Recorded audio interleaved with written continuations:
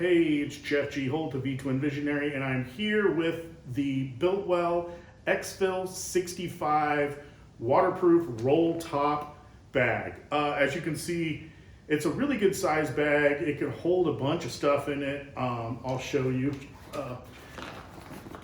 It holds all sorts of good stuff. It'll hold a smaller toolkit. It'll hold a half-drunk bottle of tequila. And it'll hold a big old Cushy jacket or layer as well.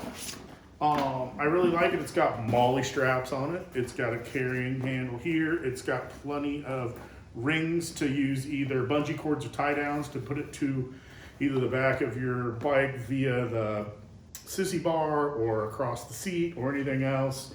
It's massive amounts of room in this thing. It holds 65 beers, as they say. That's why it's called the 65. And what's really cool is V-twin Visionary is going to be giving one of these away on our Instagram channel. All you have to do is like this post, follow Biltwell, and follow V-twin Visionary, and you could be picked to be the lucky winner.